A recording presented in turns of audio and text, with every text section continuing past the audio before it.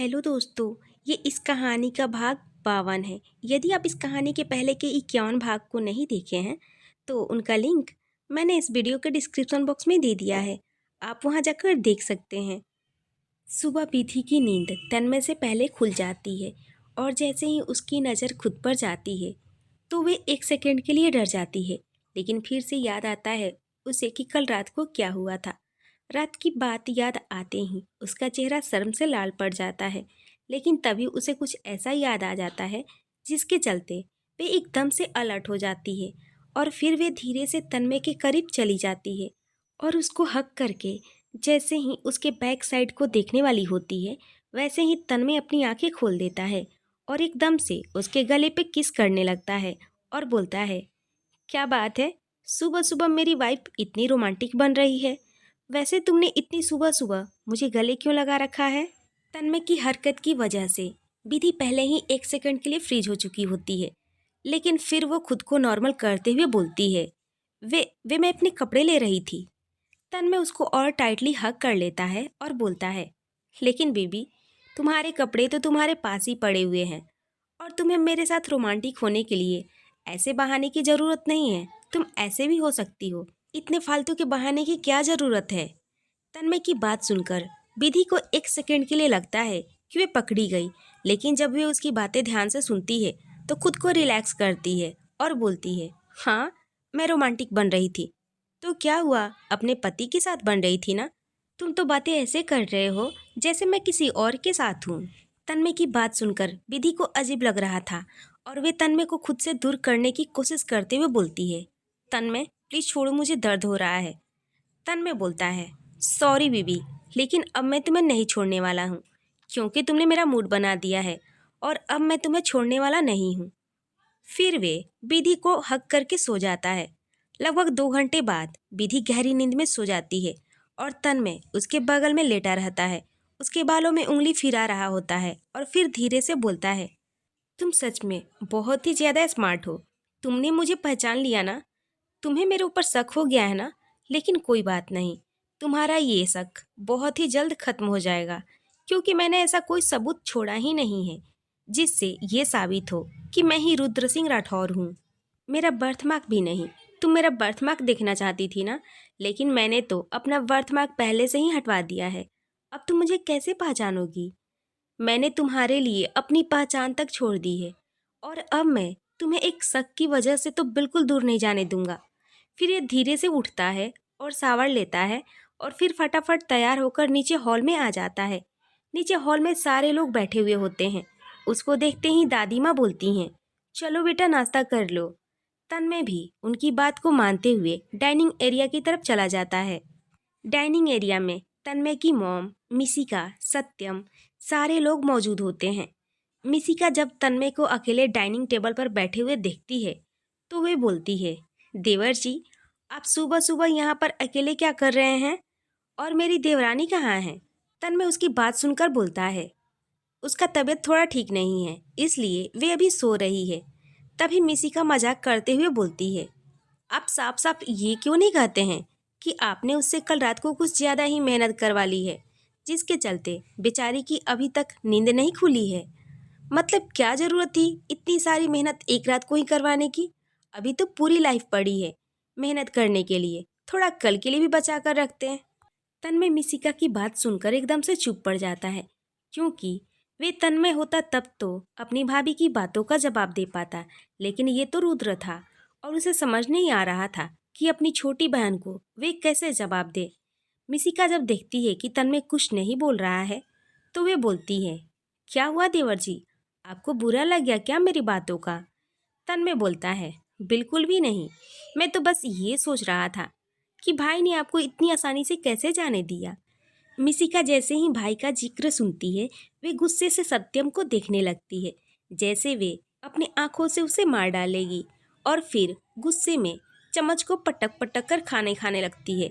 उसकी इस हरकत को देखने के बाद सारे लोग अपना मुंह दबाकर हंसने लगते हैं। थोड़ी देर बाद तन्मय सबसे पहले राठौर इंडस्ट्री जाता है और वे वहां जाकर अपना काम करना स्टार्ट कर देता है। तभी उसके केबिन का एकदम से डोर खुलता है और सिवाय अंदर आता है। सिवाय को अपने सामने देखकर तन्मय बोलता है, क्या हुआ छोटे नवाब, तुम सुबह सुबह यहाँ पर क्या कर रहे हो? सिवाय सबसे पहले डोर को क्लोज करता है, फिर वे तन्मय के सामने आकर खड़ा हो जाता है और उसे एक मिस्टीरियस लुक के साथ देखने लगता है और बोलता है, मुझे लगता है आपको अपना टाइम लेकर अपना प्लास्टिक सर्जरी करवा ही लेना चाहिए, क्योंकि मैं नहीं चाहता इन फ्यूचर इसके चक्कर में मेरी मॉम को हर्ट हो। तन्मय उसकी बात सुनकर एक सेकंड के लिए चौंक जाता है, फिर बोलता है, तुम क्या बोल रहे हो ये? सिवाय एकदम से उसके सामने जाकर खड़ा हो जाता है और उसकी आंखों में आंखें डालकर बोलता है, मैं आपका ही सन हूँ डैड, मुझे अच्छे से पता है आप रुद्र सिंह राठौर हो।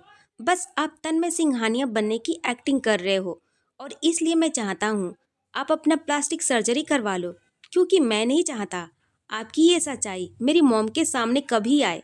अगर आपकी सच्चाई मॉम के सामने आ गई और उन्हें पता चल गया कि आप तन्मय नहीं रुद्र सिंह राठौर हो, तो वे खुद से नफरत करने लगेंगी, क्योंकि वे तन्मय सिंघानिया को कुछ माने या ना माने, लेकिन वे उसे अपना बेस्ट फ्रेंड जरूर मानती थी, क्योंकि उनके लिए वे वही इंसान था जो उनके हर दुख दर्द में उनके साथ था। इसलिए वे उसका जाना बर्दाश्त नहीं कर सकती हैं डैड।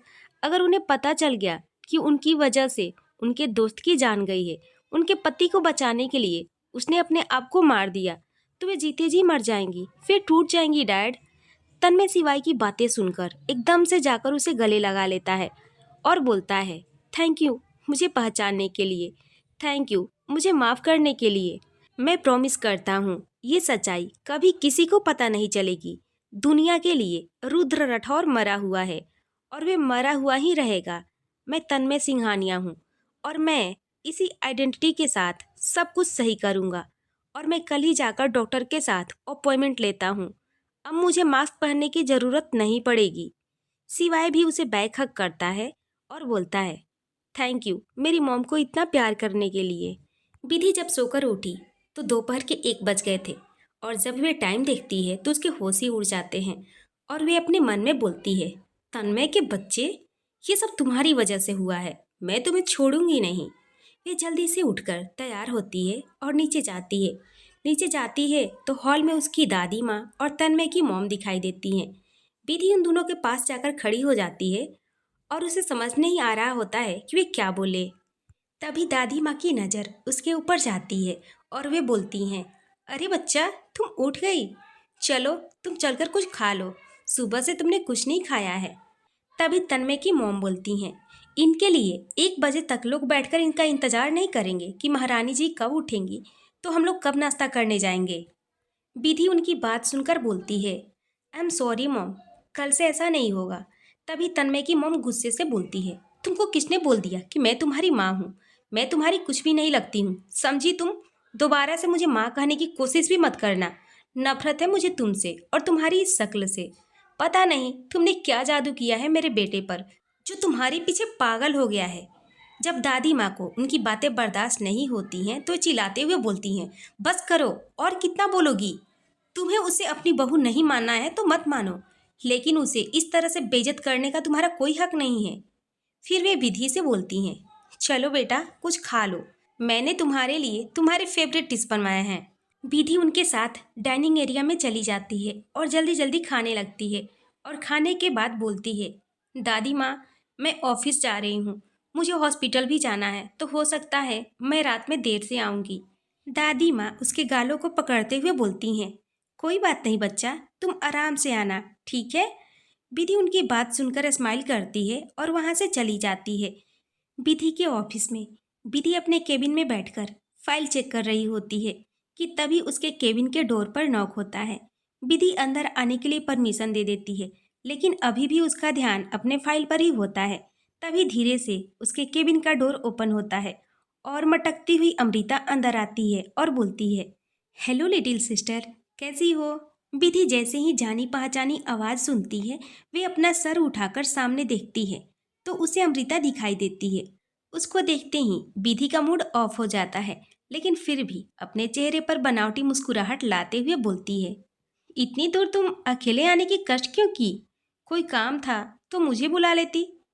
अमृता मुस्कुराते हुए उसके आगे आकर एक कार्ड को रख देती है और बोलती है, ज़्यादा कुछ नहीं, मैं तुम्हें बस अपनी शादी का कार्ड देने के लिए आई थी।